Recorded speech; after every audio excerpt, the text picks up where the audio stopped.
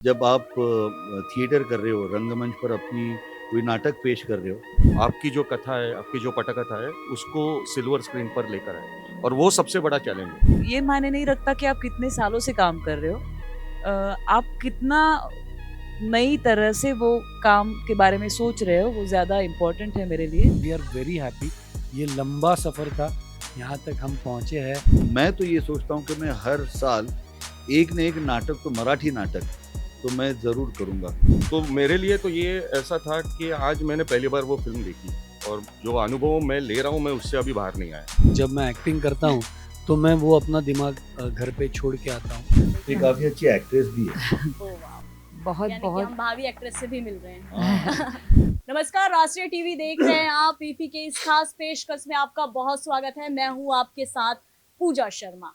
बात ईफी की हो और अगर हम मराठी फिल्म सिनेमा जगत की बात ना करें तो थोड़ा अधूरा सा जरूर लगता है। तो आज हम आपको मिलाएंगे मराठी सिनेमा जगत के कुछ ऐसे ही दिग्गजों से जो किसी पहचान की मोहताज नहीं है, जिन्होंने अपने शानदार पेशकश के जरिए ना सिर्फ लोगों के दिलों में अमिट छाप छोड़ी है, बल्कि मराठी सिनेमा को एक और भी ऊंचाई पर पहुंचाने का काम किया है। तो सबसे पहले हमारे साथ बैठे हैं कपिल जी, आपका बहुत स्वागत राष्ट्रीय टीवी में। मुक्ता जी, आपका बहुत स्वागत है। धन्यवाद। सचित जी, आपका बहुत स्वागत है। Thank you so और much. मुन्ना भाई एमबीबीएस के प्रोफेसर जी, आपका बहुत स्वागत है। पुष्कर जी धन्यवाद, शुक्रिया। तो चलिए, ये तो थोड़ी नोक झोंक वाली बात हुई। और सबसे पहले तो अगर बात ईफी की है तो आपसे ही, आप सबको पहले बहुत बधाई। आज आपकी फिल्म की स्क्रीनिंग थी। Thank you. कैसा लग रहा है ईफी में 2004 से गोवा ईफी को जो है यहाँ पर मेजबान कर रहा है? 21 साल मुझे लगता है हो चला है। तब में और अब के ईफी में आपको क्या अंतर नजर आता है? नमस्कार। बहुत ही ज़्यादा एक्साइटमेंट है, क्योंकि मैं बहुत सालों से अटेंड कर रही हूँ। मेरी शायद ये चौथी फिल्म होगी जो स्क्रीन हो रही है यहाँ पे।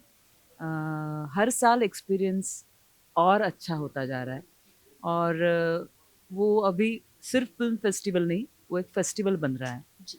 क्योंकि ज़्यादा लोग इसमें इन्वॉल्व हो रहे हैं। जो कल का परेड हमने देखा बहुत ही प्यारा था। तो अ, जो इन्वॉल्वमेंट लग रहा है, जो यहाँ पे प्यार मिल रहा है सबको, उसे और भी ज़्यादा अच्छा काम करने की इच्छा हो रही है। बिल्कुल। और जिस तरह से सर ईफी की बात है तो आपसे भी जान लेते हैं। ईफी है तो गोवा आना होता है। ईफी के समय गोवा और ईफी के बाद गोवा, दोनों में क्या अंतर नजर आता है आपको? इस बार हम बात तो रुक नहीं सकते, क्योंकि 21 नवंबर आज ही के दिन ईफी में फिल्म का प्रीमियर हुआ है। हमें ये सौभाग्य मिला है कि प्रीमियर सेक्शन असंभव इस हमारी फिल्म से ओपन हुआ है। सो ये बहुत बहुत मैं ईफी की और गोवा गवर्नमेंट की तहे दिल से मैं शुक्रिया करूँगा कि उन्होंने हमें इस काबिल समझा और असंभव को इतना बड़ा प्लेटफॉर्म दिया और हमें यहाँ आने का अवसर दिया। सो मैं असंभव की पूरी टीम की तरफ से ईफी को शुक्रिया अदा करता हूँ उनका। इस बार फिल्म भी आज ही के दिन पूरे वर्ल्ड में रिलीज़ हुई है। महाराष्ट्र में तो हुई है, लेकिन बहुत बहुत सारे देशों में रिलीज़ हुई है। तो जैसे आज अभी जो रिस्पांस मिला है हमें ऑडियंस से, वो आपने भी देखा। हम बहुत इमोशनल हुए हैं सब लोग। इस तरीके का रिस्पांस, मतलब जो 3-4 साल हम मेहनत करके एक फ़िल्म जब बनाते हैं, हमारे प्रोड्यूसर है नितिन वैद्य, मेरे को डायरेक्टर है पुष्कर श्रोत्री, मेरे को प्रोड्यूसर्स है तेजस देसाई एंड शर्मिष्ठा। मुक्ता तो महाराष्ट्र की सबसे फेवरेट एक्ट्रेस है, एंड जिसने इस फिल्म की स्टोरी लिखी है वो मेरा दोस्त कपिल। तो हम सब लोग बहुत इमोशनल है अभी इस समय, और हम चाहते हैं इनफैक्ट कि अभी पूरा ईफी अटेंड करके जाए। तो ईफी के बाद वाला गोवा ने, हमें तो ईफी में रहना है, ईफी की मतलब हर सांस को जीना है। लेकिन इस वक्त हमें हमारे महाराष्ट्र में जाना बहुत ज़रूरी है, क्योंकि वहाँ पे भी फिल्म हाउसफुल हो रही है, तो वहाँ के ऑडियंस को भी मिलना, जाके उनका भी शुक्रिया अदा करना ये ज़रूरी है। इसलिए हम इस बार नहीं रुक सकते। लेकिन नेक्स्ट टाइम हम लोग सब डिसाइड कर रहे हैं कि ईफी के पहले दिन से एंड तक हम लोग पूरा का पूरा फेस्टिवल अटेंड करेंगे। बिल्कुल। पुष्कर जी, आपकी ओर आना चाहूंगी। किसी पहचान के मोहताज तो मुझे नहीं लगता यहाँ पर कोई भी बैठा कलाकार है। आपकी बात करें तो मराठी फिल्म में आपने काम किया, हिंदी सिनेमा में भी आपका नाम बिल्कुल रहा है। एक आप थिएटर आर्टिस्ट थे, फिर आप सिनेमा में गए। कैसी रही ये जर्नी, कैसे देखते हैं, कितनी चुनौती? ये जर्नी हम तय नहीं कर पाते, क्योंकि ये जर्नी वो हो जाती है, क्योंकि जब आप थिएटर कर रहे हो, रंगमंच पर अपनी कोई नाटक पेश कर रहे हो, उसी समय ऑडियंस में शायद कोई डायरेक्टर बैठा होता हो, वो आपको बुलाता है और कहता है कि मैं एक फिल्म कर रहा हूँ, उसमें एक छोटा सा रोल आप करोगे। तो वो रोल करते करते करते करते फिर आप मुख्य नायक की भूमिका भी वहाँ अदा करते हो, उसके बाद हिंदी फिल्मों में काम करते हो। और ये सब करते समय मैं तो ये सोचता हूँ कि मैं हर साल एक न एक नाटक, तो मराठी नाटक तो मैं ज़रूर करूँगा। तो इस साल मेरे 4 मराठी नाटक रंगमंच पर चल रहे हैं, और उसके साथ-साथ मैं फ़िल्में भी कर रहा हूँ। जैसे मैंने सचित के साथ इस फ़िल्म को को-डायरेक्टर जी। के हैसियत से मैंने इस फ़िल्म के लिए काम किया है। वैसे मैं और भी फ़िल्में खुद डायरेक्ट भी कर रहा हूँ। तो ये सफ़र हम खुद नहीं तय करते, ये सफ़र हो जाता है। बस आपको ना आपका नज़रिया साफ़ रखना ज़रूरी होता है। आपको अच्छी चीज़ों को, अच्छी कहानियों को चुनना ज़रूरी होता है। एज़ एन एक्टर अच्छे किरदार को चुनना ज़रूरी होता है। बस और कुछ नहीं करना होता। वापस से थिएटर में लौटने का आपने फैसला लिया, आपने कहा ये इमोशनल चैलेंजिंग है। किस तरह से इमोशनल चैलेंजिंग है? क्या लगता है कि एक समय था 30 घंटे में 5 नाटक आपने किए थे, जितना मुझे पता है। क्या वापस फिर से उसी स्टेमिना के साथ लोगों के लिए, क्योंकि आप एक प्रेरणा भी हैं, उम्मीदें भी बहुत ज़्यादा हैं, तो कैसा लगता है, क्या चैलेंजिंग आप देखते हैं? चैलेंजिंग तो बहुत ज़्यादा है, क्योंकि एक तो वक़्त का तकाज़ा होता है। 30 घंटे में मेरे 3 नाटकों के 5 प्ले, मतलब 5 हुँ, शोज़ हो चुके थे, हुँ, और वो भी 2 पूना में और 3 मुंबई में। जी। तो ट्रैवलिंग का तो एक तो चैलेंज होता है, हुँ, लेकिन वो छोड़ने के बाद हर एक प्ले में आपका किरदार अलग होता है, जी, आपके कलाकार अलग होते हैं, आपको उस नाटक को अलग तरीके से माउंट करना होता है। हुँ, तो ये करने का ज़िम्मा बहुत अलग होता है, और वो चैलेंज बहुत ज़्यादा होता है। तो एक मेरा सूर्याची पिल्ले जिसमें कॉमेडी है, हुँ, घाबरायचं नाही जिसमें सस्पेंस है। हुँ। तो ये अलग-अलग किरदार करना उस वक़्त, लेकिन वो भी रंगमंच की ताकत है, हमें कुछ नहीं करना होता है। बस आपको शांति से वहाँ जाना होता है, अपना-अपना किरदार निभाना होता है। बिल्कुल। कपिल जी, और आपसे सवाल लेना भी बेहद ज़रूरी, क्योंकि आज आपकी फ़िल्म की स्क्रीनिंग हुई, आप लेखक हैं। किस तरह से, क्योंकि हमने पोस्टर देखा, वो पोस्टर ही अपने आप में बहुत कुछ बयाँ करती है, इमोशनल टच हमने देखा उस पोस्टर के ज़रिए, और मुझे लगता है कि फ़िल्म भी लोगों के दिलों में उतनी ही राज करेगी। जब आप इस फ़िल्म को लिख रहे थे, क्या भावना थी आपके अंदर? नहीं, भावना तो यही थी कि ये फ़िल्म की कथा जो है वो इस तरह से उभर कर आए कि किसी का विश्वास उस पे हो। क्योंकि ये बहुत बड़ी बात होती है कि आप लिखते हैं, लेकिन एक टीम लगती है आपको जो उस पर विश्वास करके आपकी जो कथा है, आपकी जो पटकथा है, उसको सिल्वर स्क्रीन पर लेकर आए, और वो सबसे बड़ा चैलेंज होता है।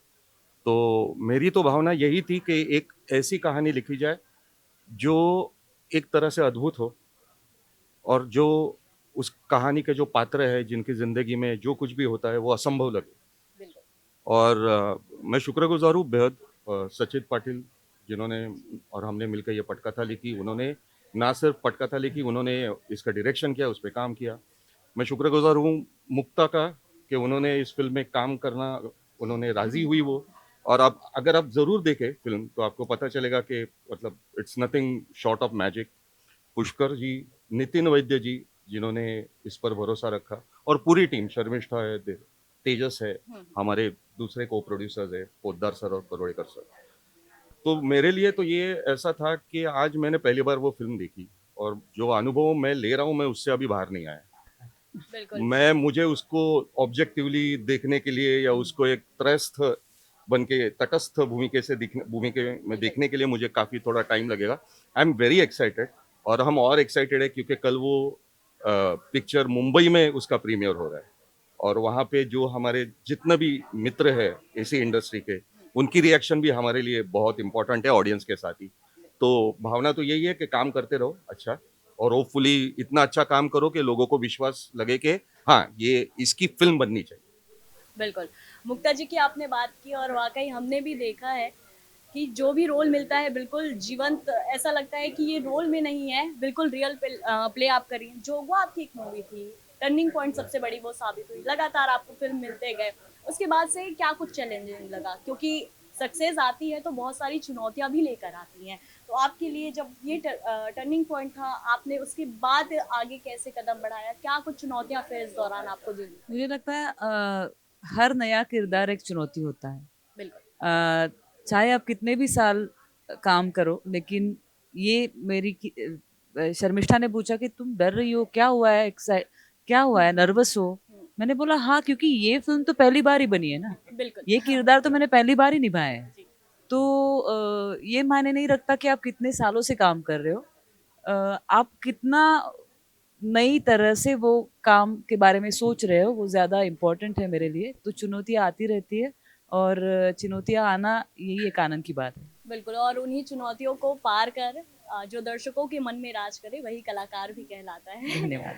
और आपसे, क्योंकि इसलिए भी क्यों मूवी आपने की थी, हिंदी सिनेमा से आपने कदम रखा, साड़े माड़े 3 फिर आपने बनाया। एक एक्टर से एक प्रोडक्शन बनाना, मूवी बनाना, कैसे फिल्म मेकर बनने तक का ये सफ़र आपने तय किया? बहुत लंबा सफ़र है, अभी 25-30 साल में काम कर रहा हूँ और इस बार जो मैं प्रोड्यूसर बना हूँ उसका श्रेय पूरी तरह से मेरे जो बहुत करीबी दोस्त हैं नितिन प्रकाश वैद्य जी, उन्होंने 40 फ़िल्में बनाई है, ये मेरी पहली फ़िल्म है और उनको जाता है क्योंकि उन्होंने मुझे इस चीज़ के लिए प्रोत्साहित किया कि आप भी अभी इतने सालों से काम कर रहे हो, तो इतनी अच्छी कहानी है तो आप खुद डायरेक्ट भी कर रहे हो तो यू शुड प्रोड्यूस, क्योंकि इतनी अच्छी स्क्रिप्ट प्रोड्यूस करने जाओगे तो मिलेगी नहीं। तो सबसे ज़्यादा श्रेय मैं उनको दूंगा। फिर ये जो यहाँ पे बैठी है मेरी बहुत करीबी दोस्त है, जो मेरे साथ काम भी कर रही थी एक शो में, और तभी अचानक से आके शर्मिष्ठा ने मुझे पूछा कि ज़िंदगी में आप कभी भी कुछ प्रोड्यूस करोगे तो मुझे और तेजस को उससे अटैच होना है। तो तेजस और हम बहुत अच्छे दोस्त हैं और मैं उन दोनों का शुक्रगुज़ार हूँ कि उन्होंने ब्लाइंडली फेथ रख के वो भी एज ए को प्रोड्यूसर इस फिल्म को ज्वाइन हुए। हमारे दूसरे को प्रोड्यूसर्स मंगेश जी है और पोद्दार जी है, संजय पोद्दार जी, मंगेश पुरोरेकर, इन सब की वजह से ये टास्क पॉसिबल हुआ। और जैसे मैंने कहा मुक्ता बर्वे, प्रिया बापट, संदीप कुलकर्णी, ऐसे एक्टर्स एक ही फिल्म में होना, उसमें 2-2 मुक्ता एक ही फिल्म में लोगों को देखने मिलना, ये तो बहुत मतलब बहुत ऑडियंस पॉइंट ऑफ व्यू से ये बहुत बड़ी ट्रीट रहेगी। और वैसी सारी जो अभी रिएक्शंस आ रही है, जो लोग फिल्म देख रहे हैं, सारे रिएक्शंस आ रहे हैं, तो वी आर वेरी हैप्पी। ये लंबा सफ़र था, यहाँ तक हम पहुँचे हैं भगवान की कृपा से। भगवान का तहे दिल से हम उनको थैंक यू बोलते हैं और इस सारी टीम को थैंक यू बोलते हैं, क्योंकि इनकी परिश्रम की वजह से, इनकी मेहनत की वजह से आज असंभव संभव हुआ है। बिल्कुल। सचिन जी, आप डायरेक्टर भी हैं और आप एक्टर भी हैं। तो कभी-कभी जब आप जिस फ़िल्म में होते हैं, उसे डायरेक्ट करते हैं, तो क्या डायरेक्टर उस एक्टर पे हावी होता है? कभी लगता है कि एक्टर के रूप में नहीं, मुझे ये कमी सुधारनी चाहिए। क्या आप एक्टर होते हैं तो आपके अंदर का डायरेक्टर उस एक्टर पर हावी होता है? नहीं, ऐसे तो नहीं होता, क्योंकि जब मैं शर्मिष्ठा को आप पूछ सकती हैं, क्योंकि जब मैं एक्टिंग करता हूँ तो मैं वो अपना दिमाग घर पे छोड़ के आता हूँ और जो डायरेक्टर है उसको सरेंडर करता हूँ, क्योंकि ये जो माध्यम है वो डायरेक्टर का माध्यम है। उसे उस वक्त जो फिल्म दिख रही है वो उसे दिख रही है, वो 1 डेढ़ 2 साल से उस पर कुछ काम कर रहा है। तो हम आएंगे 1 महीने के लिए काम करने के लिए और उसको बोलेंगे कि मुझे ये ऐसा लग रहा है, वैसे लग रहा है, तो वो उस डायरेक्टर के लिए नाइंसाफ़ी होगी। मुझे लगता है कि अगर किसी डायरेक्टर ने, अगर किसी प्रोड्यूसर ने उस पे भरोसा रखा है और वो फ़िल्म करने के लिए राज़ी हुए, वो डायरेक्टर की विज़न पे राज़ी हुए, तो एक्टर का काम ये है कि डायरेक्टर के विज़न को फ़ॉलो करना। हाँ, आप ये कर सकते हो कि आप सजेशन दे सकते हो। अब मैं खुद डायरेक्टर होता हूँ तो मुझे तो और एक ज़्यादा प्रेशर होता है कि सामने वाले को ये ना लगे कि मैं कुछ सिखाने जा रहा हूँ। तो मैं किसी भी, मेरे बहुत सारे दोस्त ऐसे हैं जो अच्छे डायरेक्टर भी है और मेरे दोस्त भी है, तो मैं उन्हें साइड में लेके जाके बोलता हूँ कि मुझे ना ये ऐसा लग रहा है, लेकिन किसी के सामने नहीं बोलता हूँ, क्योंकि अगर आप किसी के सामने बोलो तो वो फिर क्या हो जाता है ना, गलत मैसेज जाता है उस डायरेक्टर के लिए। एक चीज़ अगर उसको अच्छी भी लगी तो वो सारे लोगों के सामने एक्सेप्ट करने में वो लोग कुछ अलग उसका अर्थ निकाल सकते हैं। तो इस चीज़ को मैं बहुत बारीकी से फॉलो करता हूँ कि किसी का जो रिस्पेक्ट है ना वो नहीं जाना चाहिए। तो वो एक मैं करता हूँ। और जब मैं डायरेक्टर भी हूँ और एक्टर भी हूँ। तो मैं मेरे जो ये अच्छे एक्टर मेरे साथ काम कर रहे हैं उनको बड़ी तकलीफ देता हूँ कि कैसे लग रहा है एज एन एक्टर, कैसे लग रहा है, मैं अच्छा दिख रहा हूँ, मैं अच्छा काम कर रहा हूँ, कैसे लग रहा है। क्योंकि मैं जब एक्टिंग कर रहा हूँ, मैं डायरेक्ट भी कर रहा हूँ, हालांकि हम एक मैं मेरा और मुक्ता का पूरे फिल्म में एक जर्नी है पूरी फिल्म की, हम दोनों डबल रोल कर रहे हैं इस फिल्म में। तो ज़्यादातर मैं मुक्ता से पूछता था कि मुक्ता ये कैसे लग रहा है, अच्छा लग रहा है, नहीं लग रहा है। तो तब मैं सब भूल जाता था, तब मैं एक्टर बन जाता था। एक बार सीन डिज़ाइन हो गया, उस तरीके से हमें करना है, डिस्कशन हो गया, फिर मैं सरेंडर करता हूँ, फिर मैं वो हावी नहीं होने देता, फिर वो उसको ना बहुत वो थिन लाइन है, जी उसको हमें एक साथ संभालना बहुत ज़रूरी है। बिल्कुल। पुष्कर जी, लंबे समय से सिनेमा जगत से आप जुड़े हुए हैं। मैंने थिएटर की बात कही और आप एक्टर भी रहे, सिनेमा में भी आपने काम किया। तब के सिनेमा और आज हम देख रहे हैं बहुत सारे नवाचार हो रहे हैं, वीएफएक्स वगैरह आ रहे हैं। कितनी चुनौतियां आप देखते हैं तब के सिनेमा में और अब के सिनेमा में? और ऐसे में अगर हम मराठी सिनेमा की बात करें तो किस तरह की चुनौतियां हैं अभी वर्तमान में अगर हम देखें तो? वैसे देखा जाए तो एआई बहुत बड़ी चुनौती है बिल्कुल। फिल्म मेकर्स के लिए। लेकिन जहाँ तक मराठी फिल्म का सवाल आता है, तो मराठी जो ऑडियंस है, मराठी जो प्रेक्षक है, दर्शक हैं, वो एआई से प्रभावित होने वाले नहीं होते हैं। जी वो वीएफएक्स से प्रभावित नहीं होते हैं। वो स्विट्ज़रलैंड की शूटिंग से प्रभावित नहीं होते हैं। वो प्रभावित होते हैं कथासार से, वो प्रभावित होते हैं एक्टर की एक्टिंग से, वो प्रभावित होते हैं स्टोरी टेलिंग से। तो मराठी प्रेक्षक अगर आप मद्देनज़र रखते हो, दर्शक मद्देनज़र रखते हो, तो आपको सबसे पहले काम करना होता है, वो कथा पे काम करना होता है, स्टोरी पे काम करना होता है। उसके अलावा मराठी दर्शक और किसी चीज़ से प्रभावित नहीं होते। तो अच्छी स्टोरी लेकर, अच्छी स्टोरी टेलिंग, अच्छी नैरेशन से अगर आप किसी अच्छी कथा को लेकर आते हो, तो मुझे नहीं लगता कि मराठी फ़िल्म के लिए दर्शकों की कमी महसूस होगी।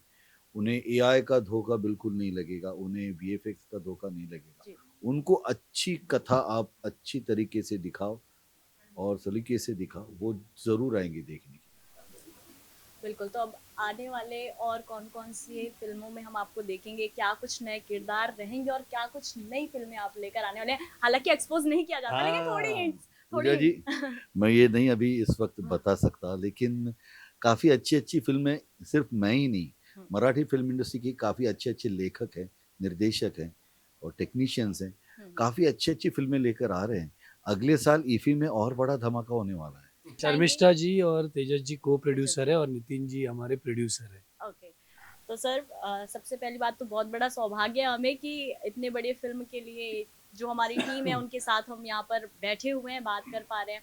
कैसा लगा ईफ़ी में आज इस फ़िल्म की स्क्रीनिंग हुई? अपने आप में एक बहुत बड़ी बात है। ईफ़ी में अगर फ़िल्म की स्क्रीनिंग होना वर्ल्ड वाइड तो होगी ही होगी, लेकिन आप खुद यहाँ पर मौजूद हैं और अपनी फ़िल्मों को ऐसे देखना सबके साथ, कैसा एक्सपीरियंस रहा सर?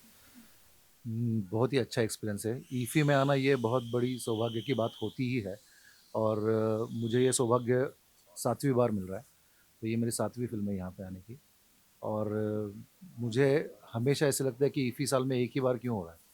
अगर वो बार-बार होता है तो मैं हम लोग अच्छी फ़िल्में बना के बार-बार आए। तो यहाँ का ऑडियंस है वो मतलब पूरी दुनिया को वो दुनिया की फ़िल्में देखता है, सराहता है। हुँ, तो वो मुझे लगता है कि बहुत अच्छा ऑडियंस है, बहुत वेल ग्रूम्ड ऑडियंस है। हुँ, हुँ। तो उसके सामने फ़िल्म दिखाना ये अपने आप में बहुत बड़ी अचीवमेंट है। तो मुझे बहुत ही खुशी है कि ईफ़ी में हमारी फ़िल्म आई and thank you so much for inviting us. समिस्टर जी, आप क्या कहना चाहेंगी? ईफ़ी में आज फ़िल्म यहाँ पर रिलीज़ हुई, आप खुद यहाँ पर बैठे हुए हैं और जैसे कि बताया सचित ने, आप उनकी बहुत अच्छी दोस्त भी हैं, तो कैसा लग रहा है दोस्त को स्क्रीन पे देख ये कर? काफ़ी अच्छी एक्ट्रेस भी है। Oh wow! बहुत यानी कि बहुत हम भावी एक्ट्रेस से भी मिल रहे हाँ, हैं। बहुत बहुत अच्छा लग रहा है because I am very very glad कि जैसे सचित सर ने बताया कि इस फिल्म में जुड़ने के लिए मतलब उन्होंने और नितिन सर ने हाँ की इसके लिए मैं और तेजस इस फिल्म के लिए जुड़ मतलब फिल्म जी, के लिए जुड़ पाए और आज सारा जब प्रोसेस ख़त्म होने के बाद जब हम लोग वो स्क्रीन पे देख रहे हैं तो वो सब कुछ याद आ रहा है कि कैसे हम लोग मिले थे क्या क्या हुआ था और इसके पीछे पूरा पूरा मैं श्रेय देना चाहूँगी इसका सचित सर को और नितिन सर को, कि इन्होंने बहुत बहुत मेहनत की है और वो जो आज पर्दे पर दिख रही है। और डेफिनेटली इनके साथ आगे काम करना चाहूँगी। और मुक्ता के बारे में मैं क्या कहूँ, because I am huge fan of her. और हम मेरी और तेजस की पहली फिल्म थी नाज़ गुमा, उसके लिए भी मुक्ता ही उस फिल्म में लीड थी जो हम लोगों ने प्रोड्यूस की थी। और ये मेरी सेकंड फिल्म रहेगी जिसमें भी मुक्ता ही है। एंड आई विश कि ऐसी स्क्रिप्ट आए कि हैट्रिक बन जाए हम लोगों की जिसके लिए मुक्ता ही हम यानी हमारे मुक्ता लिए जी हीरोइन लकी रहे। ना आपके लिए जो ना फिर मैं आप यस। उनके साथ हैं। और कपिल के बारे में, कपिल के बारे में मैं ये बात कहना चाहूँगी कि डेफिनेटली कपिल के साथ हम लोगों ने काम किया। और ऑफ कोर्स यहाँ पे हम लोगों की पहली मुलाकात हुई। और ZEE5 पे अंधरमाया जो हमारी वेब सीरीज है उसके भी लेखक कपिल जी है। तो नेक्स्ट फिल्म के लिए आई थिंक यही राइटर रहेंगे, यही दोनों कपल रहेंगे, सचित सर और यही प्रोड्यूसर्स रहेंगे और यही director भी रहेंगे। तेजस जी आप भी थोड़ा सा अपना एक्सपीरियंस हमारे दर्शकों से साझा कीजिए।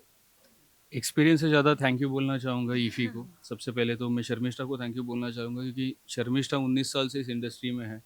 आज तक उसने ऑन एन एवरेज 32 सीरियल्स करे हुए हैं, 4 movies, big boss Marathi season 1 की फाइनलिस्ट रह चुकी है।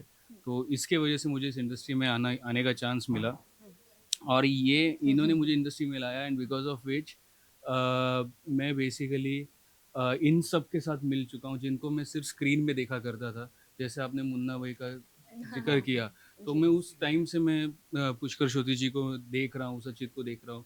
आई had been a big fan of Mukta since long so many years. तो मैं स्क्रीन पे देखा करता था, तो मुक्ता को मैंने बेसिकली शूट करते वक्त देखा है, तो आंखें हिलती नहीं है मुक्ता को देखते हुए।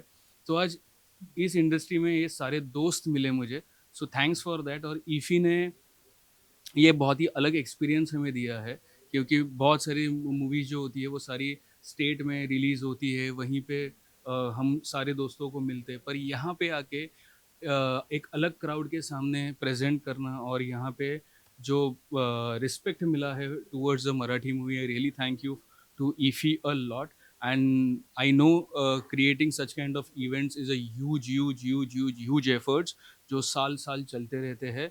So I would like to thank each one of the person starting from the security to the managing board कि जो इसके पीछे है और ये संभव कर सकते हैं।